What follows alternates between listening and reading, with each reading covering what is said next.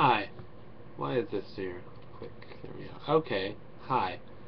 So, I just played a little bit too much of Thomas Was Alone, and I just want to talk about that.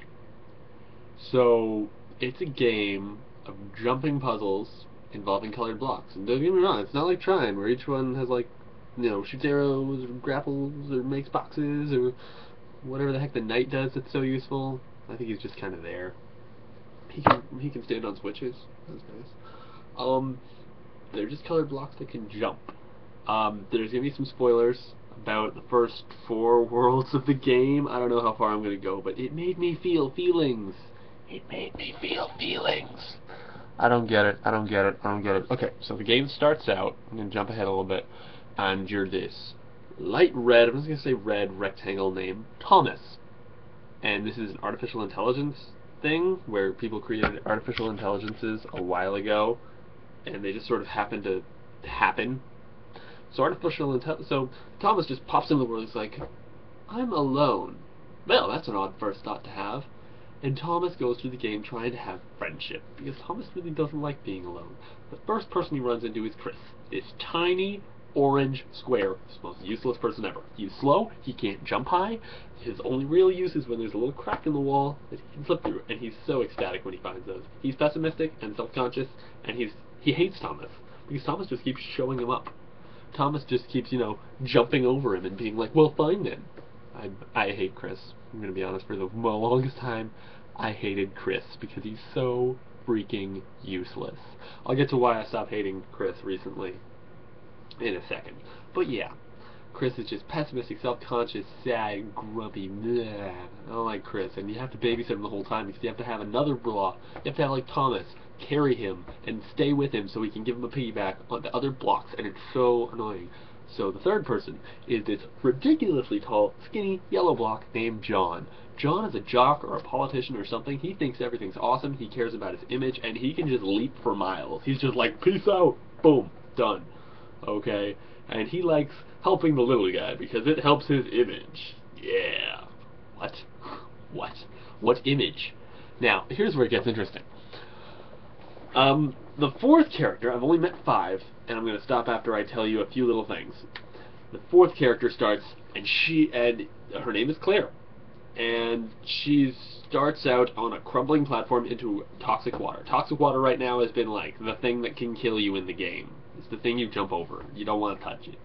And Claire is this big dark blue block, this gigantic square, and she's just like, well, I guess this is it. I mean, I'm big, and I'm fat, and I don't move fast, and I can barely jump at all. It just makes sense that I was going to be dealt away with sooner or later. And it keeps crumbling, and she keeps going on and on about how useless she is, and how terrible she is. It makes my heart break that these blocks feel feelings. It's so sad. Then the platform crumbles away, and then she's fine. And she's like, what? I have a superpower! I can go in toxic water and float and stuff. And I'm like, oh my gosh, I love this game. I love this game so much. It makes you feel feelings about colorful blocks. Colorful blocks! It's crazy! So then, Claire tries to she loves it because she can get into the water and then everybody can get on top and then she can just motor along and get on the other side and she's like, I'm helping, I'm a superhero. I wonder if Thomas can be my sidekick. No, I'm more of a lone adventure type. Helping smaller blocks in a world full of conveniently placed pits of toxic water. And then she's like, I wonder if I have a nemesis. Chris! I don't like him. He's grumpy and angry all the time. He's gonna be my nemesis. And then Chris disappears and she's like, oh, I don't like that. I think he's up to something. She finds her kryptonite, which is spikes, because spikes come in and they can kill her, and she's like, darn it, must be my kryptonite. Not that lame red kryptonite, the real radioactive green stuff. And I'm just like, ooh, I like you. You make a reference. And she repeats the level again, but she has to take Thomas with her. And she's like, the world is trying to stop me. The world is getting worse. I think I found my nemesis. And then I haven't seen her again since then. But we do meet a very special lady named Laura. She is a wide, short, pink, not red, pink. Alright? And she spawns with Chris, which at first upset me greatly because I hate Chris. hate Chris. He's stupid, stupid, stupid face. Stupid face. Eh. But the interesting thing is that Laura's ability is she's rubber. You can bounce on her. And I was like, what? What? Did the developers of these games have just draw shapes and then make up backstories and abilities for them? Oh, it's fantastic. And then Laura is very lonely because because every time she helps somebody, every time someone finds out that they can bounce on her and use her to get higher and farther, they leave her. They just disappear, and it makes her so sad. And she's like, oh, Chris. Oh, good. He's off on this other platform. He can't touch me. He can't find out my abilities. We can just talk. We can just have a conversation and be friends. And, oh, that'd be great. As long as he doesn't touch me and find out what I can do. And then they do, and she's like, okay, he seems to like me. And Chris falls in love with her. It's the cutest thing. Chris falls in love with Laura. But here's the fun thing.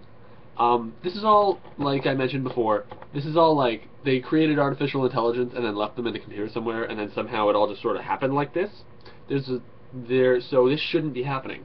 So there's like an antivirus thing floating around, this black pixel cloud, which apparently has been following Laura and becoming bigger and less hungry looking every time one of her friends disappears.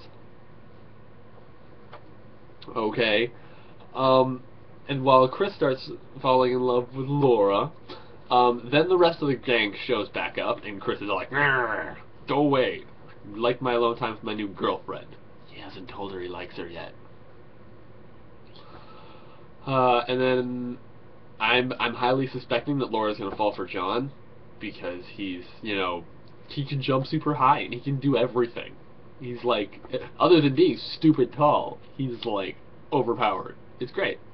But being stupid tall actually does weigh in a lot. But yeah, I think the last piece of dialogue the narrator told me was Chris thinking to himself, they're always asking so many questions, like, where did Laura come from? Who's this black pixel cloud? Why does it look so hungry? What's that grumbling sound coming from its stomach? Can we just leave Laura behind? Yeah. So, this game made me feel feelings. A lot of them. Spoilers, lots of them. I don't know if you want to play it or not, because I don't think I'm anywhere near the end of it. I hope not. I hope there's lots of it. It just made me feel feelings. I'm probably going to slaughter some bad guys or something, but it was a fantastic game. Anyway, mwah. Vlogarism!